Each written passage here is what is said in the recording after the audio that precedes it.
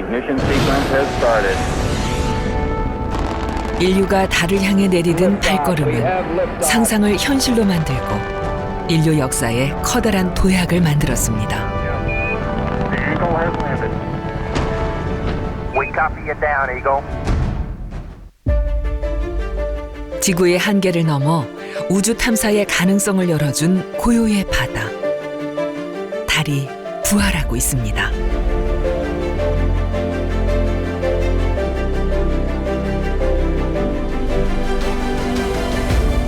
새로운 기회의 땅이자 우주 탐사의 첫 장을 열어준 무대.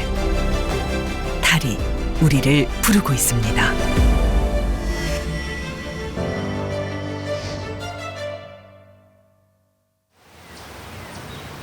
강원도 정선의 예미산 자락. 국내 유일의 철광산이 자리하고 있습니다. 네, 탑승하세요. 승강기에 오르는 이들은 광부가 아닌 과학자들입니다. 탑승 완료했습니다. 초속 4m의 승강기를 타고 수직 갱도를 따라 내려온 지 약 3분.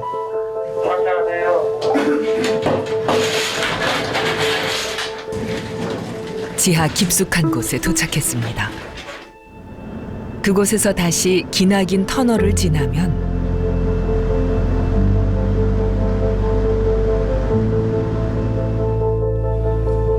그 끝에 위치한 비밀스러운 공간. 지하 1100m에 위치한 실험실 예미랩입니다. 우주 기원을 밝혀줄 우주 물질들을 탐구하기 위해 만든 곳이죠. 전국에서 후보지를 선정해서 최소한 1000m 이상의 깊이를 확보할 수 있는 공간. 그래서 각 지형에 따라서 미온 감소율을 시뮬레이션을 통해서 계산을 해보고 기존의 철광 갱도에서부터 저희 예미랩을 만들기 위해서 추가로 800m 이상 경사로 굴진을 했고요. 우주 물질 중 가장 베일에 쌓여 있는 건 암흑 에너지. 우주 전체의 약 5%가 좀 안 되는 영역을 저희가 관측했다고 보고 있어요. 중력의 영향도 받지 않고 정체를 모른다. 그렇다면 순수 에너지 덩어리라고 보는 거예요. 그래서 다크 에너지, 암흑 에너지라고 부릅니다. 우주를 연구한다고 해서 행성, 별, 은하 이런 것만 연구하는 게 아니라 저희처럼 이렇게 작은 입자 하나하나를 연구하는 것도 우주를 이해하는데 한 걸음 한 걸음 나아가는 그런 연구가 되는 거죠. 세계에서 6번째로 큰 규모의 지하 실험실. 새로운 발견을 원하는 과학자들의 다양한 지하 실험이 진행 중입니다. 한국지질자원연구소도 그들 중 하나. 달 원소를 분석하는 새 장비들을 개발해 연구 중인데요. 바로 어떤 원소가 있는지 알 수 있는 감마선 중성자 분광기와 정량을 알려주는 레이저 분광기. 원자력 연구소와 공동 개발한 환경 탐사용 로버에 탑재해 성능을 실험할 계획입니다. 광산이기 때문에 다른 바깥에보다는 굉장히 그 순수한 물질들이 많고, 그래서 이미 개발된 두 분광기들은 이런 데서 테스트를 하면 새로운 환경이기 때문에 저희는 칼리브레이션 입장에서 이 장소가 굉장히 중요하다고 생각합니다. 여기를 한번 조절을 해보세요. 땅속 깊은 곳에 있어 우주 방사능이 거의 닿지 않는 공간. 달 환경과도 흡사해 장비들이 제대로 작동하는지 실험하기에 최적의 장소인데요.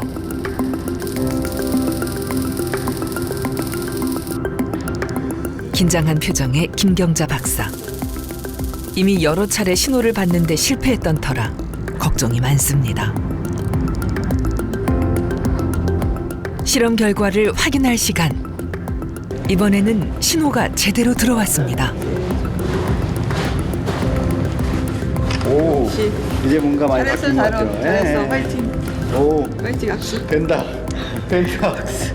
이야, 예, 결국은 좋습니다. 예. 제대로 된 일단 데이터를 얻게 완전히 성공. 됐습니다. 예. 예. 오, 저희는 이제 움직일 수 있는 로봇 시스템, 로버를 개발을 하고 이제 지질자원연구원에서는 자원을 탐사하고 추출하는 장치들을 개발해서 저희가 같이 그걸 시스템을 연결해서 저희가 실험을 하고 있는데요. 처음에 왔을 때는 사실은 지질자원연구원에서 이제 센서가 좀 작동에 어려움이 있어서 저희가 좋은 데이터를 얻지 못했고, 두 번째는 이제 저희 로버가 고장나서 예, 데이터를 좀 얻기가 어려웠고, 그리고 세 번째에서 이제 어느 정도 가능성이 보인다. 그리고 오늘 왔을 때 오늘 이제 양쪽 센서도 잘 동작하고 로버도 잘 동작하고 거기서 이제 너무 좋은 데이터를 얻을 수 있게 돼서 예, 그래서 기분이 너무 좋습니다. 네. 방사선 측정하는 감마선 중성자뿐만 아니라 립스 레이저를 했기 때문에 모든 원소들을 볼 수가 있고 광물을 조사할 수가 있습니다. 그래서 오늘 굉장히 좋은 결과가 나왔어요. 여기 지하에서 보면 물에 의해서 많이 이제 생긴 새로운 어떤 뭐 수산화 칼슘 같은 그런 것도 사실 볼 수가 있었고, 조그마한 화성 같은데 지금 온 느낌을 좀 받으면서 네, 너무 감회가 새롭습니다. 지구에서 화성까지 직접 갈 수는 없지만 지구에서 달을 중간 연구장으로 달에서 화성 갔다 왔다 하는 것은 가능하기 때문에, 그래서 달을 전진기지로 대중교통 수단을 만들겠다라고 보시면 될 것 같아요. 기후 변화와 환경 오염, 자원 고갈 문제로 위기에 처한 지구.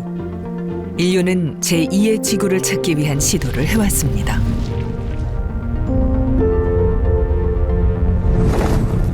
그 꿈을 위해 미국 나사가 쏘아보낸 무인 탐사 로버 퍼시비어런스. 2021년 2월 붉은 행성 화성 착륙에 성공했습니다. 퍼시비어런스는 인간 대신 척후병이 되어 화성의 토양 샘플을 채집하고 생명체 흔적을 찾는 임무를 맡았습니다. 그 과정에서 화성의 모습과 바람 소리를 담아 지구에 전송하기도 했죠. 지금은 황량한 땅. 그러나 화성의 비밀이 밝혀진다면 인류 생존의 마지막 희망이 이곳에 있을지도 모를 일입니다. 화성은 저희 지구와 상당히 비슷한 환경을 가진 환경이었습니다. 수십억 년 전에 몰드에서 근데 어떤 이유인지 죽어버렸어요. 그래서 화성 탐사 가는 이유 중 뭐냐면 분명히 환경이 비슷하면 생명이 있을 확률이 많다. 너무나 우리가 비슷한데 얘는 왜 이렇게 죽음에 따르게 변했을까? 그걸 우리가 이해하는데 큰 도움이 되겠죠. 화성을 얘기하게 되면. 화성을 가기 위한 전초기지 달. 유럽 우주국도 미국 못지않게 달 탐사에 적극적입니다. 달 착륙선을 보낸 데 이어 달기지 건설도 계획 중이죠. 아시아 국가들도 앞다퉈 달 탐사 경쟁에 뛰어들었습니다. 그 대열에 우리나라도 합류했죠. 5, 4, 3, 2, 1, 0. Ignition. 2022년 8월 5일 우리 손으로 개발한 달 궤도 탐사선 다누리가 하늘로 솟아올랐습니다.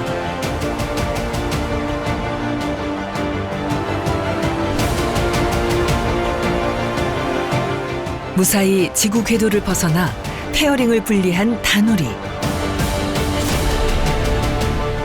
위성을 성공적으로 분리하며 긴 심우주 항해를 시작했습니다. 지구를 떠난 지 1년 8개월. 다누리는 잘 지내고 있을까요? 한국항공우주연구원의 위성 운영 관제실. 다누리를 놓치지 않기 위해 모니터로 실시간 위치를 파악하며 교신 중입니다. 145일 만에 임무 궤도에 안착한 다누리.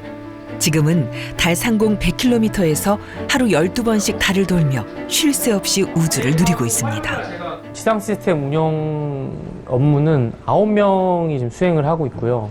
스케줄 근무로 이제 밤낮 이제 돌아가는 인원이 4명이 있고, 그다음에 낮에 뭐 임무 계획이라든지, 그다음에 지상 시스템의 이제 실시간 운영 지원, 이제 군대에서 위수 지역처럼 관제실 근처에서도 근처에서 멀리 떨어지지 않아서 대기를 하고 있습니다. 평상시에도 매일매일 궤도 결정을 하면서 다누리가 현재 어디 위치에 있고 앞으로 어떤 궤도를 지나갈 거니 과학 탑재체들에게 그 궤도 정보를 전달을 해서 원하고자 하는 지역을 찍을 수 있도록, 관측을 할 수 있도록 진행하는 업무를 수행을 하고 있고요. 우리나라가 독자 개발한 최초의 달 탐사선. 7년간의 꼼꼼한 설계와 끊임없는 검증으로 만들어낸 결과였습니다. 그러나 개발 과정은 결코 순탄치 않았는데요. 가장 큰 고비는 탐사선 중량 증가. 탑재체가 늘어나면서 목표 무게보다 23%가 증가한 겁니다. 저희가 맨 처음에 예측하지 못했던 건 이 사업이 맨 처음에 한국형 발사체에 이제 실어서 달에 보내는 것을 기준으로 했기 때문에 550이라는 숫자가 이제 발사 중량이 정해져 있었고 그것에 맞추는 이제 엔지니어링을 하게 됐는데 이제 탑재체가 늘어나다 보니까 이제 승객이 많아지니까 당연히 버스도 커져야 되는데 그게 이제 550kg에 담기에는 이제 쉽지 않았던 상황이 된 거죠. 예. 어쩔 수 없이 이제 증량을 하게 되고 그러다 보니까 연료가 줄어들게 되고 저희가 쓸 수 있는 연료가 줄어들면은 달에 진입조차 못하는 상황이 발생을 한 거예요. 발사가 7개월밖에 남지 않은 상황. 궤도 설계팀은 초비상에 걸렸습니다. 달라진 무게에 맞춰 모든 것을 새로 시작하고 모든 항로를 재검토해야 했습니다. 정말 당황스러웠죠. 이제 그 방법이 없었어요. 일단 무게는 증가가 됐고 공식화됐고 주어진 그 연료는 한정돼 있고 하드웨어를 다 뭐 부품을 다 뜯어서 새로 조립할 수는 없는 상황이고 또 그래서 뭐 최선의 방법은 궤도 가는 길을 바꿔서 우리가 목표로 했던 어떤 그 목표 임무를 다 달성하는 방법밖에 없다라는 소식을 들었을 때 정말 하늘이 노랬죠. 달에서 한 몇 개월 동안 100km로 이용하다가 나중 300으로도 또 이용하는 그런 약간 좀 섞인 제안을 나사한테 했었고 나사에서는 그거는 좀 좋은 방안이 아니다라고 얘기를 했고 그래서 나사도 이제 BLT를 써보는 게 어떠냐. 지구와 달의 거리는 38만 킬로미터. 곧장 가면 사흘 만에 도착합니다. 하지만 연구진들은 고심 끝에 태양 쪽으로 리본 모양을 그리며 멀리 돌아가는 BLT 궤도를 선택했습니다. 중력을 이용해 연료를 가장 아낄 수 있는 가성비 코스였죠. 이 BLT 궤적은 거의 불가능하다고 생각을 했었어요. 그래서 그 부분은 아예 처음 기획 단계부터 빠져 있었던 그런 옵션이었죠. 이 BLT라는 궤적 자체를 했던 경우가 거의 없고요. 우리는 당연히 한 번도 안 해봤고 외국에서도 뭐 미국 정도 그다음에 일본이 미국의 도움을 받아서 결국은 미국만 한 거죠. 사실 이 BLT라는 길이 답이 하나만 있는 길이 아닙니다.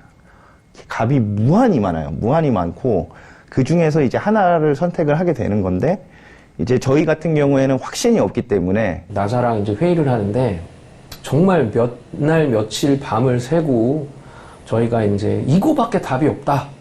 우리가 할 수 있는 최적의 솔루션은 이거밖에 없고 더 이상 못하겠다. 그래서 회의를 하면서 정말 울분을 토했던 것 같아요. 그 얘기를 계속 듣고 있던 나사가 마지막에 한마디를 딱 하더라고요.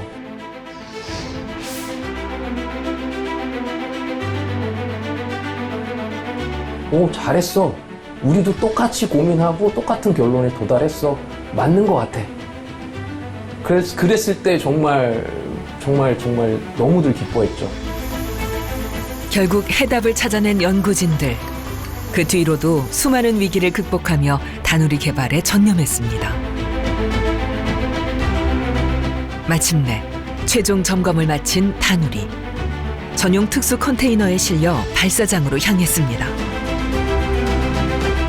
60시간의 운송 끝에 도착한 곳은 미국 케네디 우주센터. 이제 미국 발사체에 실려 우주로 떠날 시간입니다. 페어링 때 체결하기 전에 그러니까 뭐냐면 지상에서 다누리를 볼 수 있는 마지막 순간이거든요. 페어링이 되면 이제 보일 수도 없고 그래서 이제 페어링을 다 닿게 하려고 하는데 저도 모르게 그때 그래도 잠깐만 작업을 홀드해달라고 해주더라고요. 그래서 제가 다누리 닿기 직전에 거기서 절을 했습니다. 정말 속마음을 그대로 담아서 항상 옆에 있을 테니까 의심하지 말라고. 3, 2, 1, 0. Ignition. And liftoff. 다누리 가자.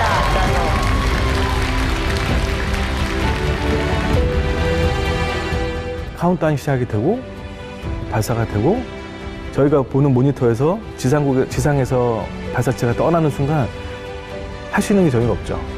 거기서. 그래서 할 수 있는 건 문을 박차고 나가서 하늘을 보는 거.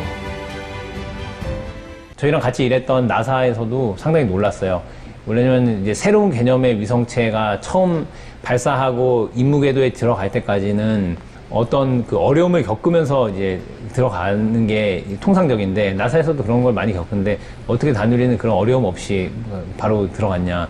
그래서 그런 걸 물을 때마다 저희는 이미 우리는 충분한 경험을 가지고 있다. 우주 탐사의 영역은 우주 개발 선진국만 도전할 수 있는 사실은 영역입니다. 그래서 이제 우리나라도 그동안은 이제 탐사 영역까지는 추진을 하지 않고 있다가 이제 다누리를 시작으로 해서 이제 우리도 탐사의 영역으로 들어간 것이죠. 달 궤도에 안착한 다누리는 1년간의 임무도 성공적으로 마쳤습니다. 그런데 최근 임무 기한이 연장됐습니다. 2023년 12월 31일이 원래 임무 계획인데 그게 임무 궤도에서 1년인데 그게 이제 2025년 12월 31일로 2년 연장이 됐습니다. 그 2년 연장을 했던 가장 큰 계기는 일단은 이제 저희 연료가 많이 남았어요. 이제 연료만 있으면 되는 건 아니고 이제 위성체도 그때까지 동작을 잘 할 수 있어야 되거든요. 과학적 측면에서는 너무 좋은 소식이에요. 24년까지는 현재 100x100 고도를 그대로 갈 겁니다. 그래서 똑같은 과학 데이터가 확장해서 넓은 영역이 더 나오는 거죠. 그래서 그거에 대해서는 다 모두 오기를 했고요.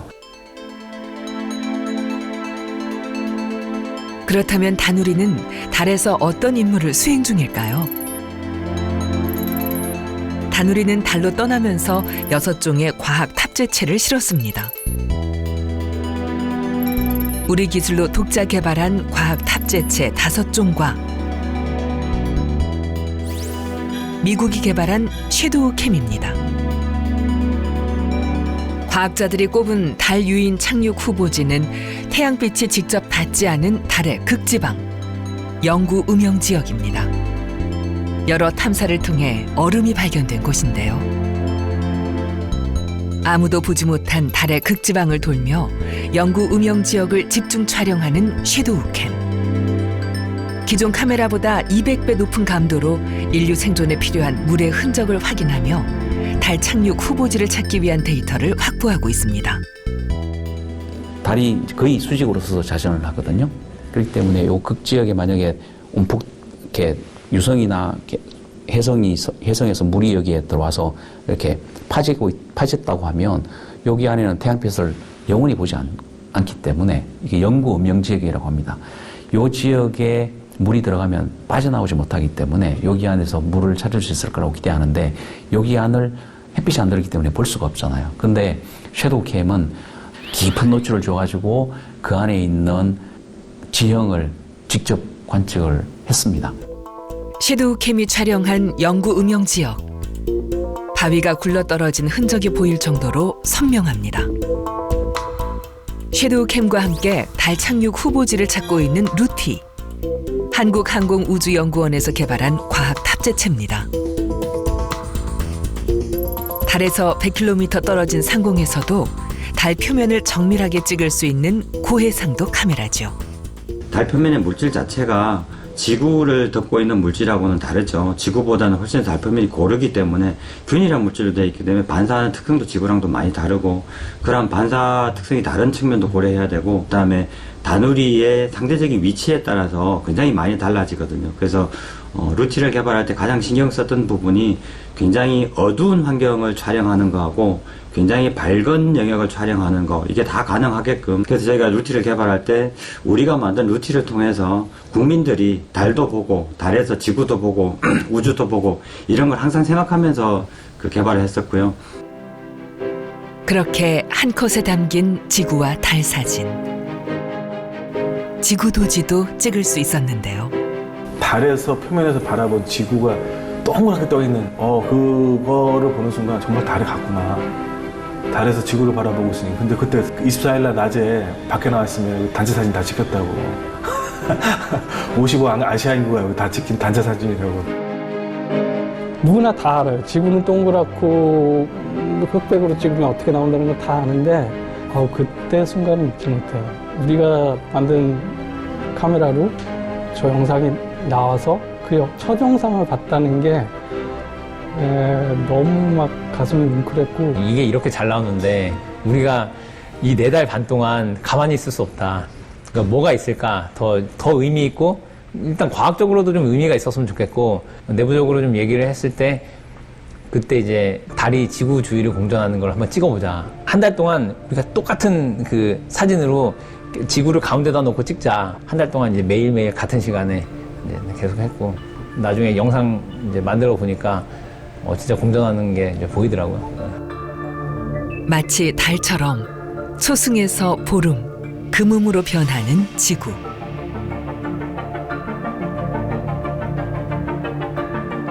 루틴은 달 곳곳의 신비스러운 지형을 선명하게 포착해 보내왔습니다.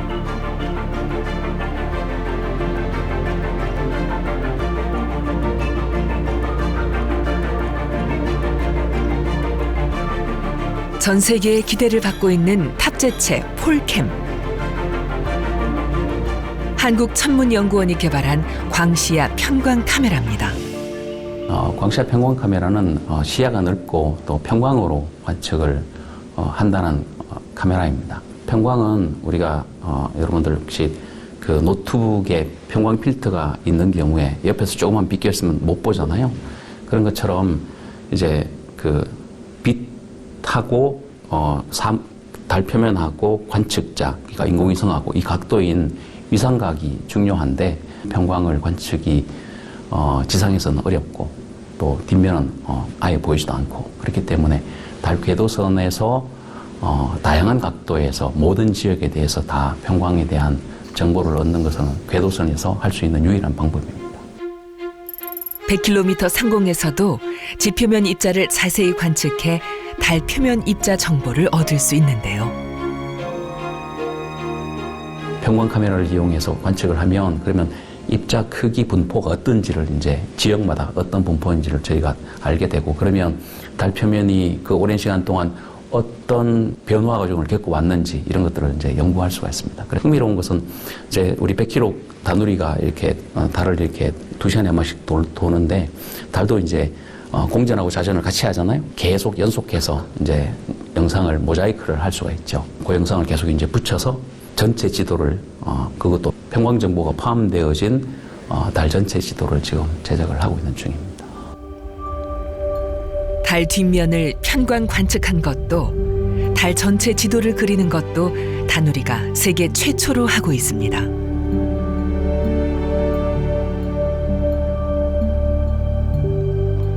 그런데 다누리는 어떻게 수십만 킬로미터 떨어진 지구와 통신을 하는 걸까요?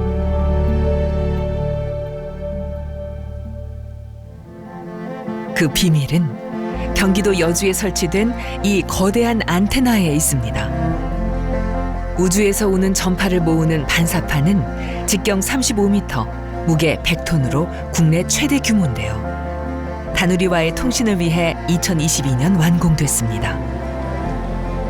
우리 역사상 가장 먼 곳으로 떠나는 다누리가 길을 잃고 헤매지 않도록 통신하며 지상에서 다누리의 눈과 귀가 되어주죠.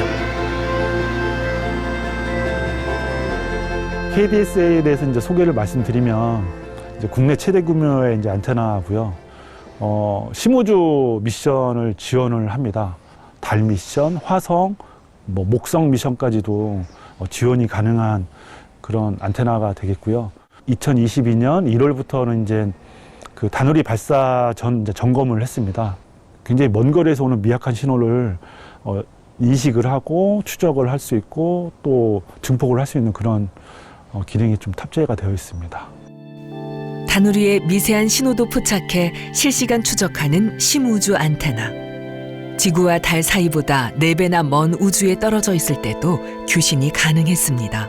나사에서 먼저 제안한 거는 그럼 목성 탐사선 준호도 한번 해보자. 그 준호가 그 당시에 7억 킬로미터가 떨어져 있었거든요. 준호에 이제 그 추적 궤도 데이터를 받아서 입력을 하고 그 7억 킬로미터 떨어져 있는 이제 준호하고 이제 교신을 결과적으로는 했습니다. 준호의 이제 신호도 받아서 나사한테 보냈을 때 나사도 굉장히 고무적이다. 다누리의 신호를 추적하는 것은 우리나라뿐만이 아닌데요. 국제협력이 정말 중요합니다. 중요한 이유가 지금 다누리 운영할 때도 지구를 중심으로 해서 이제 120도로 나누면은 이제 3개 지역으로 나눌 수가 있거든요. 미국, 그리고 호주, 한국, 그리고 스페인 국제협력에 있는 그 기관들하고 협력을 해서 이번에는 니네 안테나를 좀 쓰자. 다음에는 우리 안테나 쓰게끔 해줄게. 이렇게 해서 이제 협력이 되는 거죠. 지구에서 인터넷을 사용하듯 자료도 업로드할 수 있습니다. 다누리에 실은 우주 인터넷 탑재체를 통해 심우주 인터넷 기술을 선보인 거죠. 달에서 지구까지 데이터를 전송하는 데 걸리는 시간은 단 2초. 문자는 물론 스트리밍 영상도 전송할 수 있는데요. 최초로 전송한 영상은 BTS의 뮤직비디오. 지구 전역에 BTS의 노래가 울려 퍼진 순간이었죠.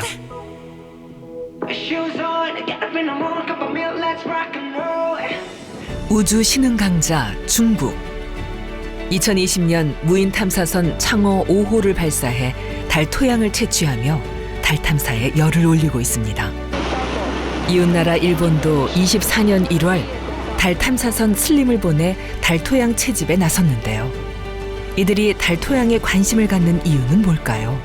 선진국들이 지금 뭐 일본, 뭐 중국, 러시아 다 달에 갔다 왔거나 간 그 경험이 있는 나라들인데 달 암석을 채취하거나 토양을 채취해 갖고 와서 그걸 분석을 해보니까 지구에는 없는 그 새로운 물질들이 많이 있더라. 달에는 희귀 광물들이 있는 거예요.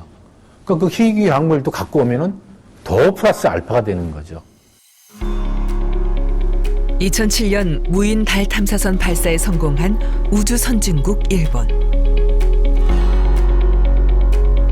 달 자원을 탐사하기 위해 달 탐사 로봇을 연구 중인 나카무라 교수를 만났습니다.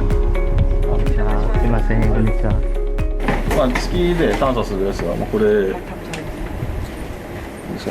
れまだ試作品なんで全然まだありますけど、こんな感じのが中にこう空洞になっていて、ここに、ドリルというかが入るんです。でこれこう掘っていく。ここがムニムニ水のように動いていって、下に掘っていくという形になる。 수축과 팽창을 반복하며 움직이는 지렁이의 연동 운동을 모방해 만든 달 탐사 로봇. 月とかの場合は空気圧使えないので、モーターで動かしますし、月の中を潜ってくるんですね。このように月の中を潜っていって、その月の中の地中の中を探査していくロボットにこの水ロボットを使おうという研究をしています。 지렁이 로봇은 일본 우주청과 함께 개발 중인데요. 좁은 공간에서 효율적으로 움직이며 채굴이 가능해 달 자원 탐사에 활용할 계획입니다. こういうその掘削技術、ミミズの全動運動というのを使うと、こういう掘削技術に関して、新たなイノベーションが起こせる。結構ですね、こういうところたくさん資源が待っていて、そういう資源をちゃんと、こういうミミズを使って食べていこう、こんな風に食べていってですね、資源をレアアースとかそういうのを食べて、出していくということを例えば研究に使ったりとかで世界で初めてのことがたくさんできていく。 우리나라도 행성 자원 탐사와 개발에 나서고 있습니다. 한국지질자원연구원은 2023년 우주자원개발센터를 설립해 운영 중인데요. 여기가 이제 이게 다누리 감마선 분광기의 기술 인증 모델 여기 밑에 있어요. 똑같이 생긴 거예요. 달에 갔으니까 이제 우리가 기술 레벨 9까지 잡고 있습니다. 독자 개발의 다누리에 실은 감마선 분광기. 태양풍이 달 표면에 충돌할 때 방출되는 감마선 스펙트럼으로 원소를 분석합니다. 요 아래쪽 암석에서 이제 감마선 스펙트럼이 지금 이제 뭐 GRS에서랑 GNS에서 이제 각각 이제 수집을 하고 있습니다. 암석에 이제 어떤 성분들이 있는지 이제 그런 정보들이 이 감마선 스펙트럼 안에 이제 녹아들어 있어서 이 스펙트럼 정보를 가지고 이제 우리들이 그것을 이제 분석하고 달에서 이제 하게 된다면 이제 뭐 각 지역마다 이제 어떤 부분에 많은 성분이 있는지를 이제 알아낼 수 있습니다. 다누리가 10초마다 전송하는 감마선 데이터로 세계에서 가장 정확한 달의 물 지도와 달 자원 분포 지도를 만들고 있는데요. 이미 달 원소 지도는 성과를 보이며 제작되고 있죠.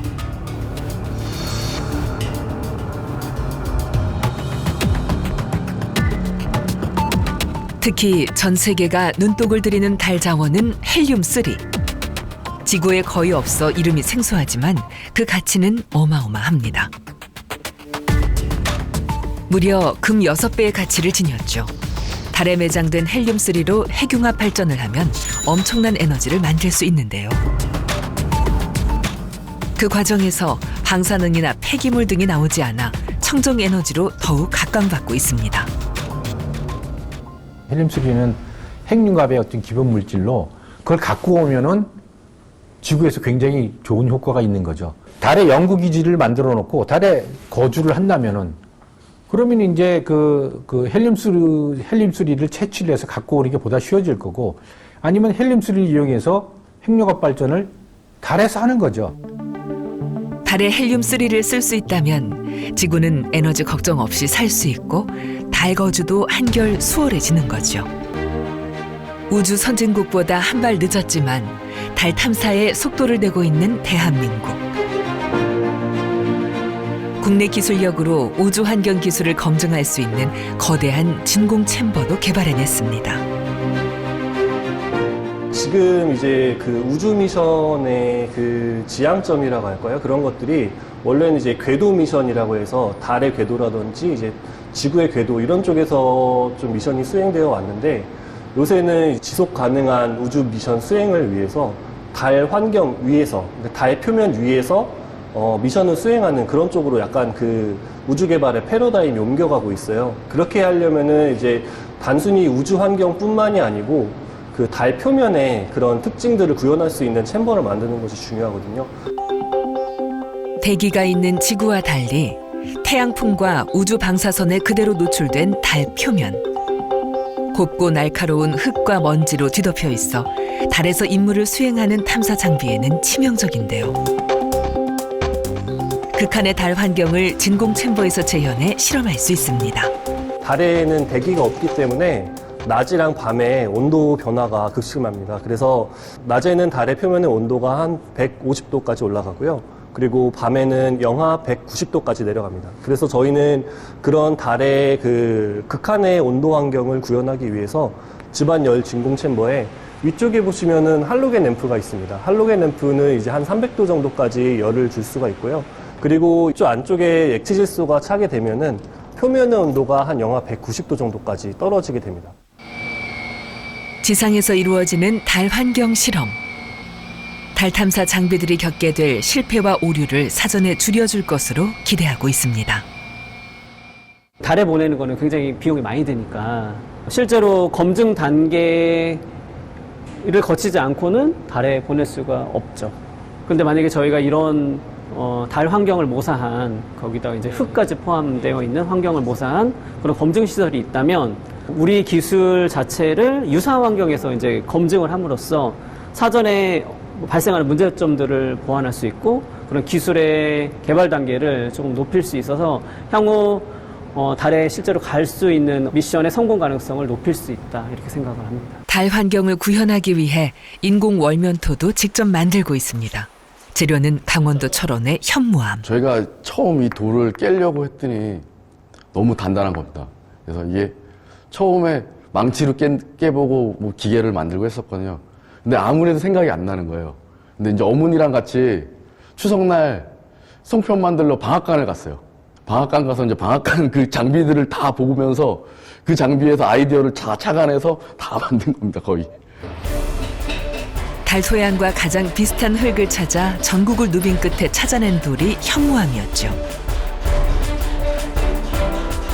방앗간에서 볼 법한 분쇄기계에 넣고 고운 입자가 될 때까지 반복해서 빻고 또 빻기를 수차례.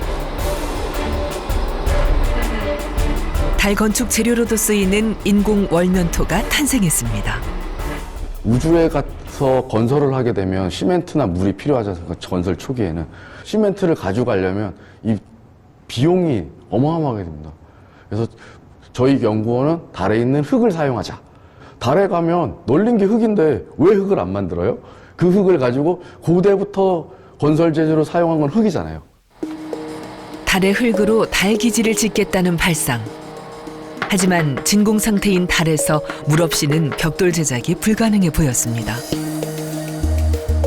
수많은 실패와 고민 끝에 찾은 방법이 전자레인지에 쓰이는 마이크로파.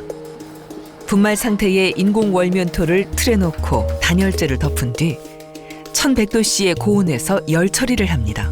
혹시 전자레인지에서 피자나 음식 데우셨을 때 한쪽은 뜨거운데 한쪽은 차가운 경험. 그게 이제 마이크로파 에너지가 위치에 따라서 다르기 때문인데요. 저희 실험에서도 그런 영향들이 이제 보여서 한쪽은 고형화가 잘 됐는데 한쪽은 너무 용융이 돼서 이제 불균질한 블럭이 만들어지기도 했어요.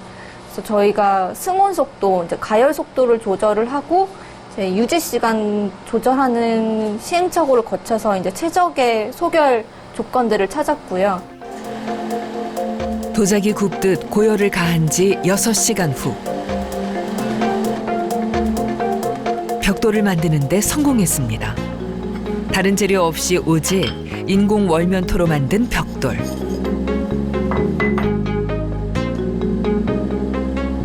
내구성도 콘크리트와 유사한 수준입니다. 지금은 이제 10cm짜리 블럭 만들고 있지만 저희의 올해 목표는 한 20cm 정도의 블럭을 만드는 게 목표인데요. 단순히 크기를 키우는 게 이렇게 단순하고 간단하다고 생각하실 수 있겠지만 굉장히 시행착오를 많이 겪고 있거든요. 불균질하지 않고 균질한 이제 형태를 갖는 블럭을 만들고자 하는 연구를 수행하고 있습니다. 여기서 한 발 나아가 독자적인 우주 건설 기술을 위한 단계도 하나씩 준비 중입니다. 자체 생산이 가능한 건설 재료 생산 기술까지 확보하고 있고요. 스테레오 카메라 기반 지형도를 제작할 수 있는 기술까지 이미 개발하고 있습니다. 즉 건설을 위한 초기 단계인 계획을 할 수 있는 기초 기술은 이미 다 저희 연구원에서 확보를 하게 되었고요. 이제는 더 나아가 이러한 기술들을 활용할 수 있는 우주 건설을 위한 응용 기술을 개발하기 위한 새로운 사업을 추진 중에 있습니다. 우주 강국들은 이미 진행 중인 달 기지 건설. 우리도 달 현지에서 확보할 수 있는 자원을 통해 건축 재료로 만들고 우리만의 기술력으로 달 기지를 건설한다면 얼마나 멋질까요?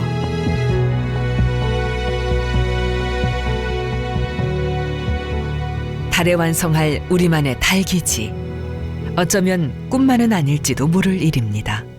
5, 4, 3, 2, 엔진 점화, 1. 오케이!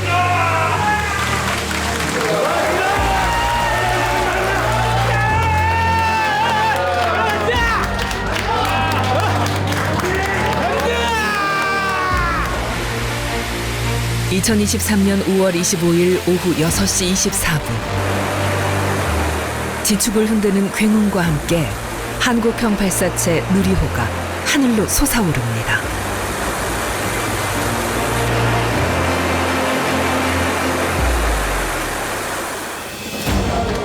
그 모습을 한순간도 놓치지 않으려는 연구원들. 순조로운 출발에 안도합니다. 우리 손으로 쏘아 올린 우리 발사체. 이 시간을 기다려온 시민들도 누리호가 떠나는 모습을 지켜보며 아낌없는 응원을 보냅니다. 기분이 좋죠. 이게 우리나라 과학이고 지금 올라가잖아요. 근데 이제 국민들의 응원이 저기 힘 받아서 잘 올라간 거예요, 이거. 힘차게 날아가는 모습을 보니까 정말 우리나라가 이렇게까지 강해졌고 우리나라 기술이 많이 발전했구나 하는 것을 보니까 너무 감격스러웠습니다. 그 시각 누리호 발사를 총지휘하는 발사지휘센터는 초긴장 상태입니다. 이륙 2분 만에 고도 64km 지점에 도달한 누리호. 일단 로켓을 분리하고 위성 보호 덮개인 페어링도 정상 분리합니다. 이어 2단과 3단 분리도 여유 있게 성공합니다. 이제 발사의 핵심, 누리호 손님들을 떠나보낼 차례. 발사 13분, 목표 고도인 550km에 도달한 순간 차세대 소형 위성 2호가 역사적인 첫걸음을 뗍니다. 마지막으로 큐브 위성들을 사출한 순간 지휘센터에선 환호가 터져나옵니다. 한국형 발사체 누리호의 성공을 발표합니다. 모두가 염원하던 우주로 가는 길이 열린 것입니다. 마지막까지 저희가 긴장의 끈을 늦출 수가 없었기 때문에 어떻게 보면 통제실에 앉아서 마음속으로 자, 조금만 더 힘을 내자, 마지막까지 좀 가자, 이런 말을 계속 되새겼던 것 같고요. 마지막에 정상적으로 궤도에 투입이 됐다라는 소식을 듣고 이제 저희들이 약간의 긴장은 풀어지면서 그런 것들이 이제 한순간 머릿속으로 굉장한 그 감격으로 돌아와서 어떻게 보면 이제 약간 뭐 눈물이 핑했다고 할까요? 그날의 감격을 잊지 못하는 항공우주연구원의 오승엽 박사. 10여 년을 누리호 개발에 매달려온 성공의 주역입니다. 그리고 누리호 발사 과정을 누구보다 마음 졸이며 지켜본 한 사람. 2015년부터 누리호 개발을 이끌어온 총사령관 고정환 본부장입니다. 숙제가 끝났다. 한 2, 3년 동안 준비해온 숙제가 이제 끝났다라는 생각이 좀 들었고요. 하지만 우리가 10년 넘게 이제 이거를 준비를 해와서 뭐 15분 만에 이렇게 결판이 나는 게 어떻게 보면 조금 억울한 부분도 좀 있을 수도 있고 그런 생각들이 많이 들었는데 우리 국민들께서 굉장한 그 응원을 그때 보내주셨어요. 그래서 굉장히 뭐 좋았던 것 같습니다. 우주 개발 이제 선진국이라고 하는 우리도 우주 개발의 하나의 아주 중요한 영역, 그리고 선진국만이 할 수 있는 영역으로 우리가 이제 진입을 했다라고 이제 볼 수 있는 것입니다. 사실 우주 선진국들의 기술은 우리보다 4, 50년 앞서 있습니다. 유럽 우주국이 발사한 아리안 5호. 1996년부터 117차례나 발사했는데요. 성공률이 무려 98%. 유럽 우주 개발의 자존심으로 불리며 미국 나사의 제임스 웹 우주 망원경을 발사할 때도 아리안 5호가 활용됐죠. 중국도 전통의 우주 강국. 미국과 선두를 다투는 신흥 강국입니다. 뒤늦게 우주 개발에 뛰어들었지만 벌써 6번째 유인 우주선 발사에도 성공했는데요. 2023년 선저우 17호에 탑승한 우주 비행사들. 중국이 직접 지은 우주정거장 텐궁에 성공적으로 도착해 6개월 동안 다양한 과학 임무도 수행했습니다. 이들이 이토록 우주 개발에 적극적인 이유는 뭘까요? 그래서 왜 우주에 투자하는가? 왜 지금? 그래서 선진국들은 안 가. 수십 년 동안 이 똑똑한 국가들은 미국, 일본, 유럽 국가들 돈이 안 되지만 몇십 조원씩 엄청나게 투자합니다. 그들은 알고 있습니다. 그것이 향후 다음 세대, 차세대 엄청난 경제적 리턴을 주는 건 너무나 잘 알아요. 2040년 1조 달러 규모로 급성장하는 세계 우주 산업. 우주가 미래 먹거리이자 새로운 비즈니스 무대로 떠오른 것입니다.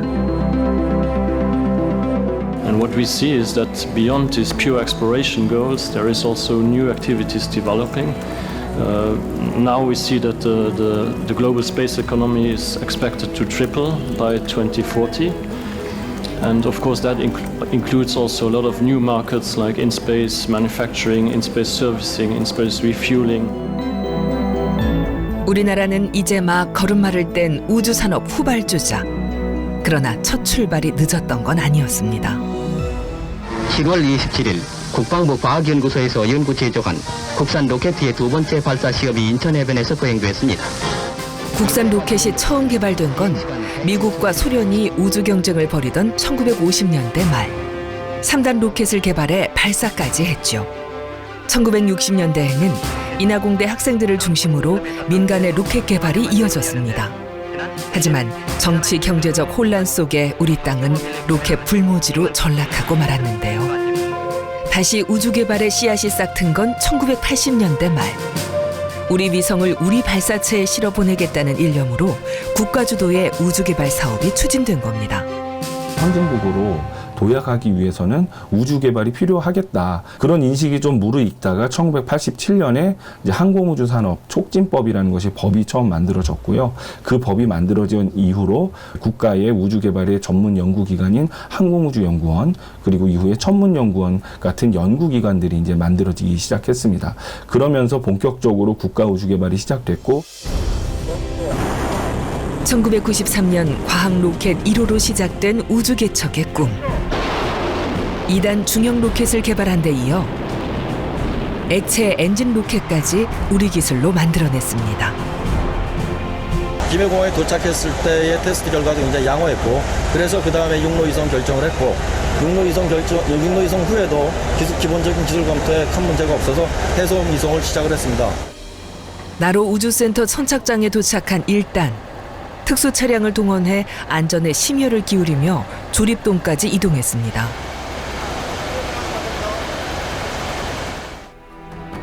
한 달 동안 정밀 점검을 마친 1단은 국내에서 만든 2단 로켓과 결합되는데요. 러시아가 만든 1단은 추력 170톤의 액체 추진 로켓. 우리가 개발한 2단은 높이 7.7m로 고체 연료를 사용하는 추진기관입니다. 마침내 길이 33.5m, 무게 140톤 규모의 나로호가 완성됐습니다.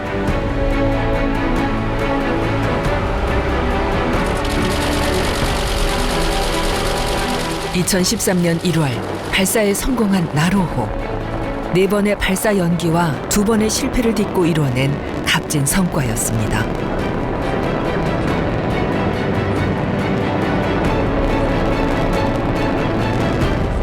우리가 발사체 쪽에서 제일 중요한 게 뭐냐 그러면 이제 추력을 내는 엔진이라고 얘기할 수 있어요. 엔진이 그만큼 기술적으로도 어렵고, 그 다음에 누구가 가르쳐주지 않고, 그래서 나로 때 러시아에서 갖고 왔지만 그건 우리 게 아니었고, 우리 땅에서 우리 발사체로 쏜다라는 의미, 우리가 스스로 해야 된다라는 그런 어려움이 물론 있었죠. 러시아에 기댄 반쪽짜리 성공. 이대로 멈출 순 없었습니다. 발사체 독립 없이는 우주 개척도 없다는 위기감 속에 엔진 개발을 위한 선행 연구가 시작됐습니다. 누구의 손도 빌리지 않고 오직 우리만의 원천 기술을 만들겠다는 굳은 의지. 부품 하나까지도 시뮬레이션하며 설계하고 제작해 나갔습니다. 2000년대 중반서부터 저희들이 30톤급 액체 로켓 엔진을 먼저 개발을 시작을 했습니다. 그때 이제 주안점은 연속이라든가 터보 펌프, 또 밸브들 이런 것들에 대한 제작 공정도 다시 셋업을 해야 되는 상황이었고, 아주 기초 연구부터 시작을 했었습니다. 구성품 제작은 물론 부품 성능을 테스트할 설비도 없어 시험 설비도 직접 구축해야 했죠. 그야말로 모든 과정이 숙제였습니다. 실제로 그 압력과 온도가 나오는지를 봐야 되기 때문에 그때의 그런 시험들을 많이 수행을 했습니다. 예를 들어 이제 구성품 같은 경우는 이제 연소기가 그런 그 대표적인 예인데요. 저희들이 2014년도 가을쯤으로 기억이 되는데 연소 불안정이 발생을 했습니다. 엔진 추력을 내는 연소기에서 정체를 알 수 없는 연소 불안정 현상이 나타난 겁니다. 연소 불안정 현상은 중대형 엔진을 개발하는 모든 나라가 지금도 겪는 기술적 난제. 이게 어떠한 이유인지는 몰라도 굉장히 많은 이유가 있는데, 그 중에 뭐가 걸리면 이 화염이 움직이기 시작을 합니다. 내부 안에서 움직이는데 굉장히 빠르게 움직이면서 실제로 여기에서 주파수가 발생을 하거든요. 소리내는 주파수와 그 화염에 움직이는 주파수가 일치가 되면 얘가 폭발을 하게 됩니다.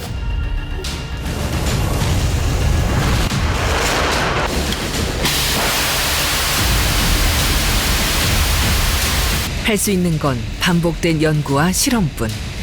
설계를 12번 바꾸며 연소 시험 시간을 점차 늘려갔습니다. 184회, 18,000초의 연소 시험을 반복한 끝에 보인 실마리. 마침내 엔진 완성도를 높일 수 있었습니다. 저희들은 그거를 해결하느라고 한 1년 반 정도 고생을 했는데요. 분사기도 바꾸시고 시험도 굉장히 많이 하시고, 그래서 2016년 5월 달에 첫 시험을 무사히, 엔진 시험을 무사히 수행할 수가 있었습니다. 결국 개발에 성공한 30톤 엔진.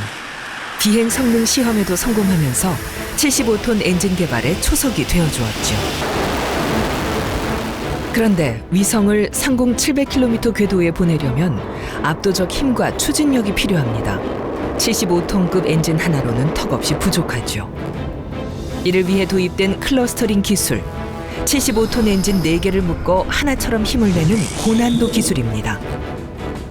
클러스터링 기술의 이제 가장 크게 어려운 점은 4개를 묶어서 이 뒤에서 나오는 화염이 서로 간섭을 일으키거나 그게 집중적으로 한 곳으로 몰려가지고 불에 타는 거를 방지를 해야 되는 거거든요. 근데 그런 기술들이 되게 예측하고 그거를 미연에 방지하는 게 되게 어렵습니다. 그리고 이게 명령한 대로 정확하게 움직여야 되고 그게 다 박자가 맞아야 됩니다. 그래서 클러스터링 기술은 그 종합 기술이라고 보시면 돼요. 어렵지만 가장 강력한 힘을 내는 기술. 수없는 실패 끝에 300톤급 엔진 연소 시험에 성공하면서 추진기관 성능을 검증해냈습니다. 엔진에 공급되는 연료와 산화제를 담는 추진체 탱크 기술도 난제였습니다. 추진체 탱크 같은 경우에는 사실 무거우면은 그 발사체 성능이 확 떨어지기 때문에 가벼우면서도 주어진 하중을 견뎌야 됩니다. 그래서 이제 얇게 만들어야 되는데 보통 스틸은 열 용량이 큰데 알루미늄은 그 열 용량이 작습니다. 그리고 쉽게 말해서 열을 갖다 대면 금방 녹아버리죠. 그래서 열 컨트롤이 상당히 이제 그 미세하게 잘 조정을 해야 되는데 그 용접 방식에 따라서 컨트롤하는 게 가장 큰 어려움입니다. 얇지만 튼튼하게라는 모순 조건을 충족하기 위해 특수 용접 기술로 2mm 두께로 제작했는데요. 2mm라는 건 이제 저희가 발사체를 설계하게 되면 그 최소 두께 요구 조건이 나옵니다. 3,500에 2mm니까 아주 작죠. 그 대신에 이제 그것만 있으면은 얘가 이제 눌렸을 때 무너지니까 2mm고 안에 이제 보강 구조로 그리드 이제 그 스티프너가 들어가게 됩니다. 맥주캔처럼 매우 얇은 탱크 두께. 용접 변형과 뒤틀림을 예방하기 위해 내부에 격자 구조의 보강대를 덧대 내구성도 강화했습니다. 도움은 이제 보면은 이제 소뚜껑 같은 건데요. 알루미늄 원 소재가 있으면은 얘를 스피닝 공정이라 그래서 이게 이제 소뚜껑 같은 치구가 돌아가고요. 얘를 이제 눌러 붙입니다. 판 소재를 눌러 붙이면은 판 소재가 이제 쑥이 돌아가면서 눌러 붙이면은 이제 소뚜껑 형태로 이제 이런 모양이 됩니다. 알루미늄 원판을 스피닝 공정으로 얇게 펴서 돔 형태로 만드는 방법도 많은 시행착오 끝에 개발한 기술이죠.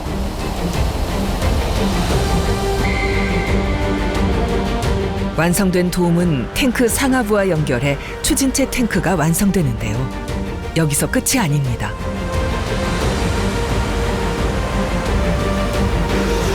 탱크에 물을 채워 압력을 얼마나 버틸 수 있는지 내압을 확인해야 합니다.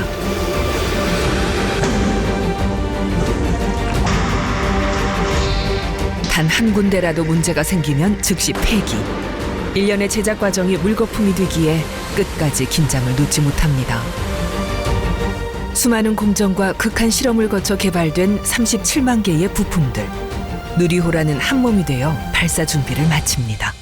한 250명 되는 발사체 소속 연구원뿐만이 아니라 참여 기업 인원들이 같이 해서 10여 년 동안 고생했던 이 결과물이 어떻게 보면 이제 그 채점을 받는 날이잖아요. 더군다나 1차 때 마지막 단계에서 3단이 이제 문제가 돼서 실패를 했기 때문에 2021년 10월 21일 강한 불꽃을 내뿜으며 솟아오른 누리호. 하늘로 오르는 데는 성공했지만 계획보다 빨리 꺼진 3단 엔진. 결국 위성의 궤도 진입에는 실패하고 말았습니다.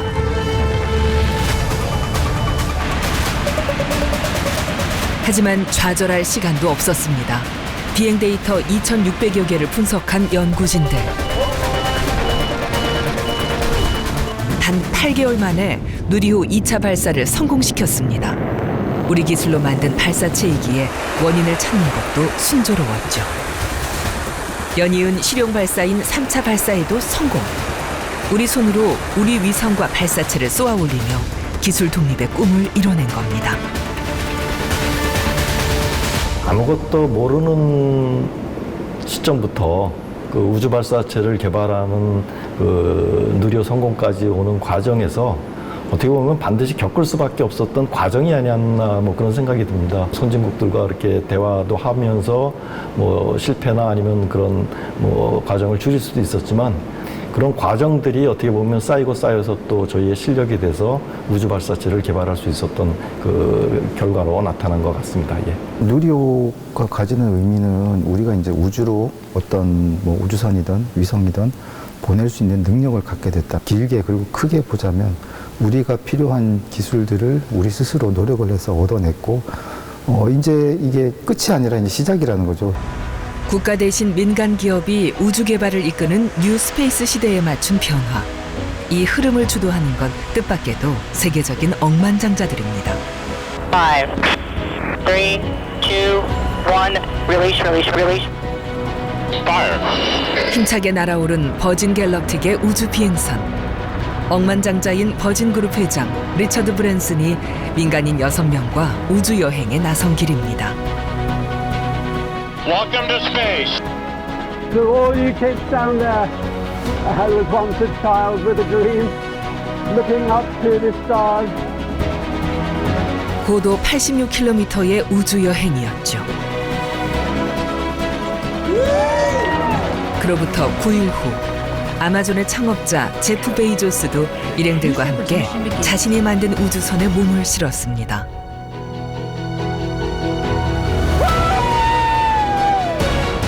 고도 100km 비행에 성공한 블루 오리진. 우주여행 상품 출시도 앞두고 있죠.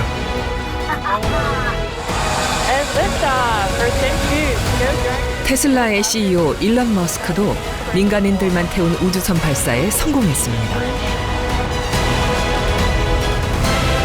그런데 왜 세계 억만장자들은 천문학적인 비용을 감수하며 우주 산업에 뛰어들까요? 그래서 왜 우주에 투자하는가? 왜 지금 차세대 성장능력 봤을 때는 형 이제 관광이라든지 그 다음에 이제 자원 같은 거는 이제 또 이제 당분간은 근지구에서 그런 활동이 상당히 중요한 그 경제 그를 경인하는 우주 여건이 될 것입니다. 세계 최고의 우주 기술력을 가진 미 항공우주국 나사.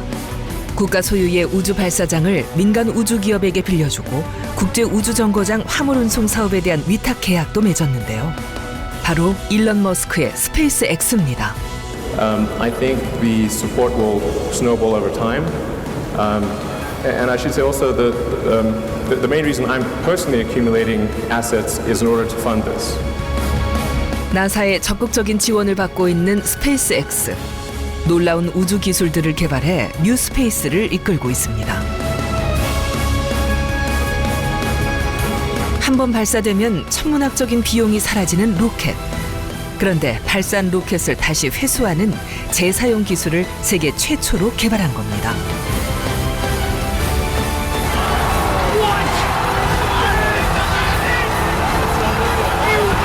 발사 비용을 획기적으로 줄인 혁신이었죠.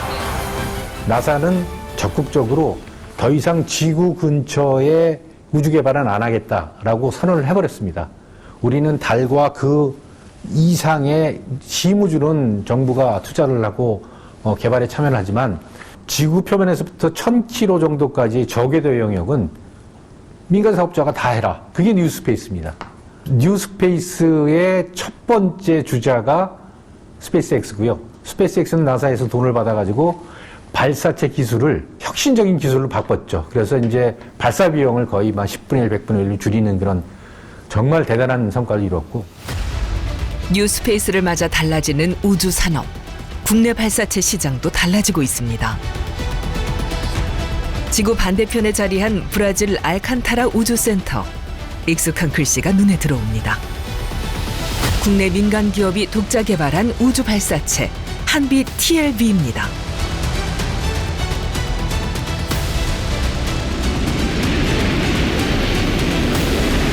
(2023년 3월) 1단 발사체가 흰 연기와 불꽃을 내뿜으며 브라질 상공을 힘차게 날아오릅니다. 비행 시간은 총 4분 33초. 시장의 가능성만 보고 뛰어든 5년의 노력이 보상받는 순간이었습니다. 최근 뉴스페이스 시장을 보면 지난 10년 대비 향후 10년이 거의 3배에 육박하는 소형 위성의 발사 수요가 있습니다. 그렇다 보니 이제 발사체는 부족한 상황에서 그 위성 수요만 많은 상황이다 보니 국제적인 경쟁력을 갖추면 저희 같은 작은 회사들도 전 세계 시장에 진입할 수 있겠다라는 판단이 서서 소형 발사체 개발을 하고 있습니다. 대형 발사체는 한 번에 수십 개의 위성을 싣고 가지만 발사 여건이 충족되기까지 오랜 기간이 소요됩니다. 반면 소형 발사체는 원하는 시기에 저렴한 비용으로 위성을 운반할 수 있는데요. 최근 발사된 전체 위성 가운데 무려 94%가 소형 위성. 소형 위성 발사 건수도 2030년까지 5배 가까이 늘어날 전망입니다.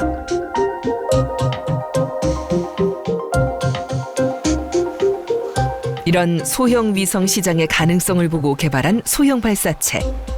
액체와 고체 연료를 함께 쓰는 하이브리드 로켓도 독자 개발했습니다.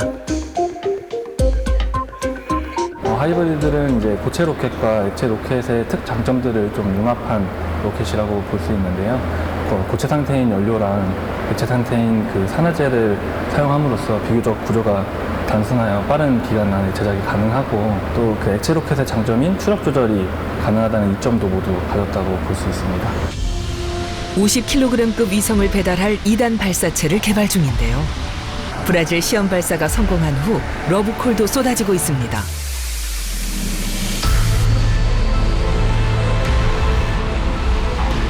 저희들이 3월에 발사를 성공하고 돌아와서 당장 뭐 채 한 달도 안 되는 시기부터 국내외 수십 군데의 위성 기업으로부터 발사 계약을 뭐 의뢰받고 해서 실질적으로 몇 군데 기업과는 발사 계약 체계를 완료를 했고요.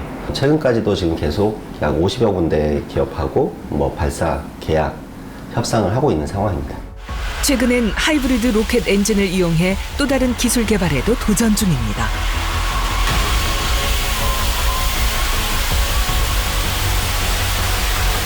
지상 6m 높이까지 치솟은 발사체. 천천히 속도를 줄이더니 안정적으로 착륙하는데요. 로켓 재사용 기술의 첫 단계, 수직 이착륙에 성공한 겁니다.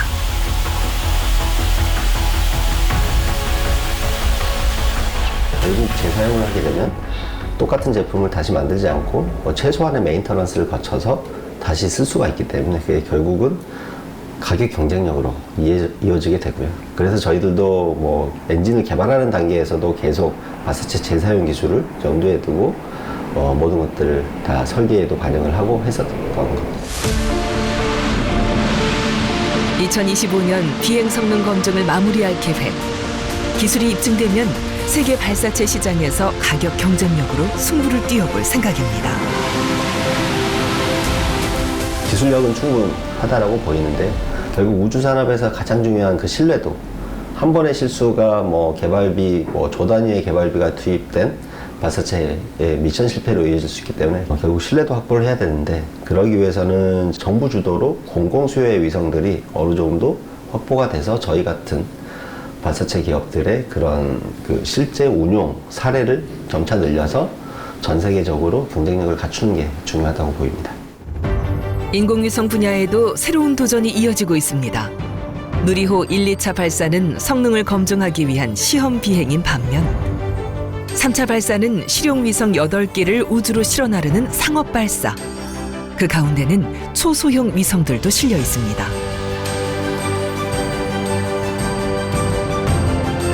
하늘과 우주를 연구하는 한국천문연구원. 민관연 합동기술로 개발한 초소형 위성을 누리호에 실었는데요. 작지만 높이 멀리 나는 도요새의 이름을 붙인 도요새입니다. 도요새에서 수신한 그 관측 데이터를 이렇게 숫자로 표현을 하는 이제 그런 공간이 되겠고요. 그리고 옆에서 보시면 이제 도요새의 위치, 현재 여기 이렇게 있는데 위치를 여기서 모니터링을 하고서 이제 한국에 왔을 때, 교신했을 때 저희가 이제 이 도요셋을 관제를 하고 있습니다. 1톤이 넘는 대형 위성에 비하면 작고 아담한 크기. 지금 보시는 게 이제 도요셋의 실제 사이즈입니다. 높이가 30cm밖에 안 되고요. 그다음에 이 폭이 20cm, 이쪽은 10cm 정도 되는 굉장히 좀 작은 위성이라고 볼 수가 있습니다. 태양 전기판을 우주 날씨 관측을 위해 국내에서 처음으로 개발한 위성이죠. 저희들이 수집하는 그런 많은 데이터가 외국 위성 자료를 의존하고 있습니다. 독자적인 연구를 위해서는 우리 위성 데이터가 필요하겠다고 생각을 했고요. 그런데 그렇다고 처음부터 저희가 수천억 되는 그런 예산을 확보해서 대형 위성을 발사할 수는 없는 노릇이기 때문에 저희가 그러면 큐브 위성이라고 하는 작은 위성으로 가자, 이렇게 결론을 내리고 도요새 프로젝트를 시작하게 된 것이고요. 대신 우리는 위성 한 대로 가지 말고 위성 4대로 가자. 위성 넉 대가 편대 비행으로 거리를 제어하며 지구 궤도를 도는데요. 종대 비행으로는 시간적 변화, 횡대 비행으로는 넓은 지역을 관측할 수 있습니다. 똑같은 지역을 다른 시간대에 통과를 하게 되면은 우리가 거기에서의 시간적인 변화를 알 수가 있겠죠. 그리고 위성이 한 대상을 서로 다른 위치, 동시에 통과하지만 다른 지역을 통과하게 되면은 역시 어떤 공간적인 분포라든지 그런 것들을 보다 잘 이해할 수 있을 것입니다. 그래서 편대 비행을 하게 되면은 우주 환경에 대한 시간적 혹은 공간적인 변화를 우리가 보다 잘 이해할 수 있다는 장점이 있는 것입니다. 초소형 위성으로 편대 비행 임무를 수행하는 건 도요셋이 세계 최초. 하마터면 이 임무 기회를 외국에 뺏길 뻔했죠. 원래 도요셋은 러시아 발사체로 발사하려고 계획까지 했습니다. 그렇지만은 러시아 우크라이나 전쟁 때문에 러시아로 운송을 할 수가 없었고, 그래서 되게 많은 고민을 했었는데 뜻하지 않게 또 누리호로 발사될 기회가 생겨가지고서 개발자들은 되게 기뻐할 수밖에 없는 상황이었고요. 다행히 도요셋이 누리호에 실리면서 해외 발사체를 이용할 때 드는 엄청난 비용과 시간도 크게 절약할 수 있었죠.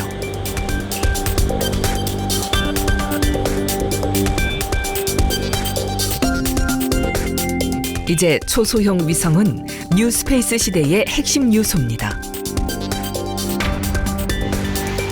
누리호 3차 발사에 초소형 위성을 탑재한 또 다른 업체. 우주 방사능을 측정하고 위성회로 오류를 분석하는 초소형 위성을 탑재했습니다. 우주에서는 극단적으로 마이너스 100도에서부터 플러스 100도, 그리고 우리 인간이 살고 있는 대기권 안에서는 겪을 수 없는 우주 방사능 환성이 있습니다. 가혹한 라디에이션 환경인 우주 환경에서 견디고 다시 회복하는 그런 기능을 우주에서 실증하는 것이 이 루미르 T1의 임무였습니다. 크기는 작아도 우주에서 검증하고 싶은 기술은 도전적이고 원대한 초소형 위성. 누리호에 실린 초소형 위성들 가운데 가장 먼저 양방향 교신에 성공하며 기술력도 입증했죠. 위성은 로켓 발사되고 분리 이후에 첫 궤도상에서의 수신이 되냐 안 되냐가 거의 99%의 성패의 기준점이 됩니다. 그래서 저는 첫 궤도에서의 교신을 굉장히 애타게 기다렸고요. 이번에 누리호에서는 큐브 위성 중에서는 저희가 최초로 컨택을 했습니다. 전자파를 실험하는 특수장치에 클린룸까지 만들며 인공위성 개발에 전력 중인 남명용 대표. 초소형 영상 레이더도 개발하고 있습니다. 경제성을 추구하는 뉴스페이스 분야에 있어서는 저희는 150kg급 초소형 사 인공위성을 개발하고 있는데요. 크기와 가격은 기존 인공위성의 10분의 1이지만 성능은 0.3m 해상도의 영상을 취득할 수 있는 최고 수준의 성능을 갖는 인공위성입니다. 이 인공위성에 저희가 항공 시험을 통해서 영상 취득에 성공을 했고요. 최근에는 비행용 FM을 제작하고 있습니다. 이 화면은 저희가 개발하고 있는 루미르 X라는 사 위성의 형상입니다. 사라는 거는 합성 개구 레이더라고 하는데, 광학하고는 달리 전천으로 지표면에 대한 데이터를 획득을 할 수가 있고, 그렇기 때문에 감시 정찰이나 각종 과학적인 분야에 많이 활용될 수 있는 매우 중요한 센서라고 할 수가 있습니다. 사 위성은 고해상도 위성 데이터로 토지 피복 지도를 만들거나 도시 변화를 모니터링하는 등 실생활 활용에도 유용한 기술인데요.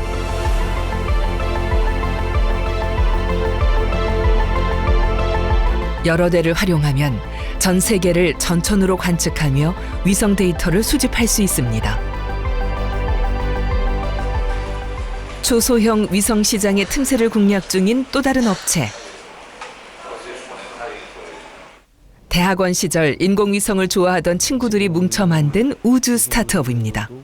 주로 만드는 위성이 16류 크기라고 해서 전자레인지 정도만한 위성이고요. 25kg급 위성입니다. 우주 왕복선 시대만 하더라도 1kg을 우주로 올리는데 한 10억 정도 들었었거든요. 스페이스X가 재사용 발사체 성공을 하면서 위성 발사 비용이 많이 낮아졌기 때문에 지금은 1kg을 우주로 올리는 데 한 3천만 원에서 5천만 원 정도 그 사이로 더 이제 낮아지고 있습니다. 그래서 점점 더 우주로 가는 문턱이 좀 많이 낮아지고 있는 상황이고 24kg의 초소형 위성, 1.5m 물체도 식별하는 카메라가 탑재되어 있습니다. 2, 1.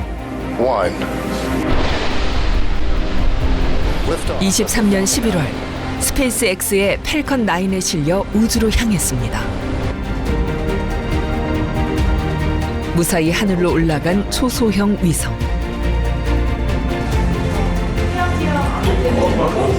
궤도 진입 10분 만에 쌍방향 통신에도 성공했죠. 지금도 지구 곳곳을 돌며 수집한 정보를 보내고 있는데요. 직사각형으로 튀어나온 부산항을 비롯해 세계 주요 도시를 촬영해 위성으로 전송하고 있습니다. 지금 우측 상단이 실제로 지금 위성이 지나가고 있는 궤도상에서의 위치를 표현을 한 것입니다. 그래서 저 위성이 지금은 이제 북극을 지나고 있는 것을 보실 수가 있고요. 보내는 명령은 저희가 사진을 어느 지역을 언제 찍을지에 대한 명령도 보낼 수가 있고요. 특별히 이제 받아보고 싶은 위성의 상태 정보가 있다면 그 정보를 이제 요청을 해서 받아볼 수도 있습니다. 이 업체는 초소형 위성의 제작뿐만 아니라 세계 최초로 위성 설계부터 제작, 발사와 운영까지 하는 위성 토탈 서비스를 제공하고 있는데요.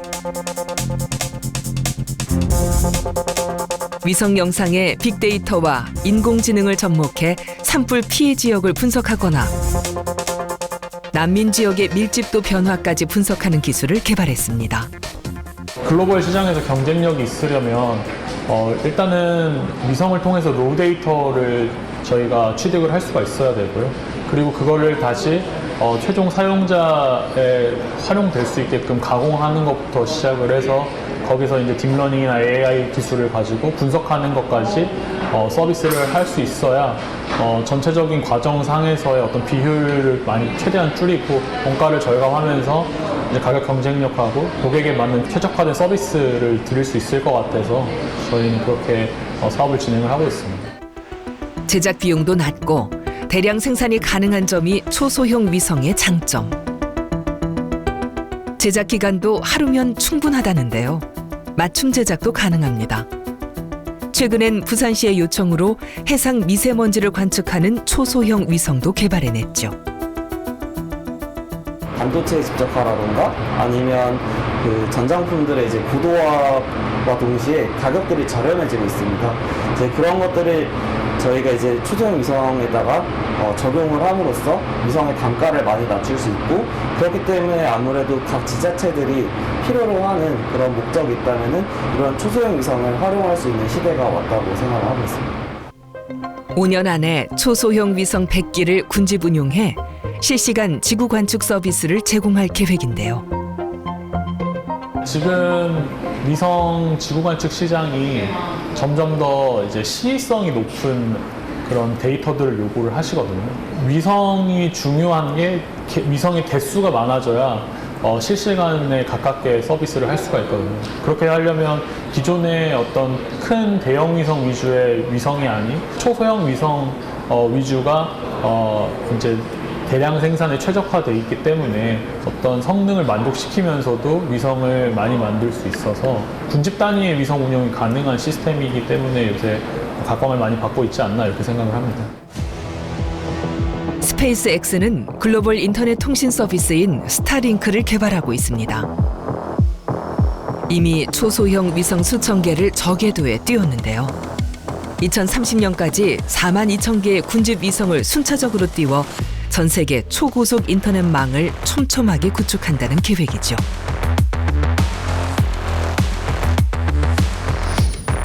발사되는 소형 위성 대부분도 군집 위성으로 운영되고 있습니다. 초소형 위성 서비스 시장도 2027년 11조 4천억 원 규모로 급부상하고 있습니다. 1000km 미만의 저궤도 영역은 지구를 관측하기가 굉장히 좋아요. 지구를. 잘 보이거든요. 그 성공한 그 5% 정도의 뉴 스타트업들은 아마 지구 저궤도 영역에 새로운 사업을 하는데 굉장히 많은 돈을 벌 수 있을 거라고 지금 예측을 하고 있어요. 개척 영역으로 다가서는 이런 그 저궤도 영역을 우리의 국익을 반영할 수 있는 능력을 우리가 확보하지 않으면 대한민국은 더 이상 발전하기가 어렵다라는 게 우리나라가 지금 우주 개발에 몰입하고자 하는 그런 궁극적 목표라고 보는 거죠. 더 경제적이고 효율적인 우주 개발이 가능해진 뉴 스페이스 시대. 우주 산업은 점차 넓어지고 선진국들의 경쟁도 치열해지고 있습니다. 그러나 뒤늦게 출발한 우리나라.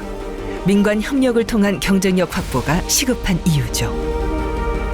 뉴 스페이스 시대를 맞아 새롭게 출범하는 한국판 나사, 우주항공청. 장기적인 우주항공 정책 수립과 국제 협력을 통한 우주산업 발전 등 맡은 일도 해야 할 일도 막중합니다. 우주항공청의 개청은 단순한 정부 조직의 신설이 아닌 대한민국의 미래를 열어가고자 하는 이번 정부의 담대한 도전이라고 생각합니다.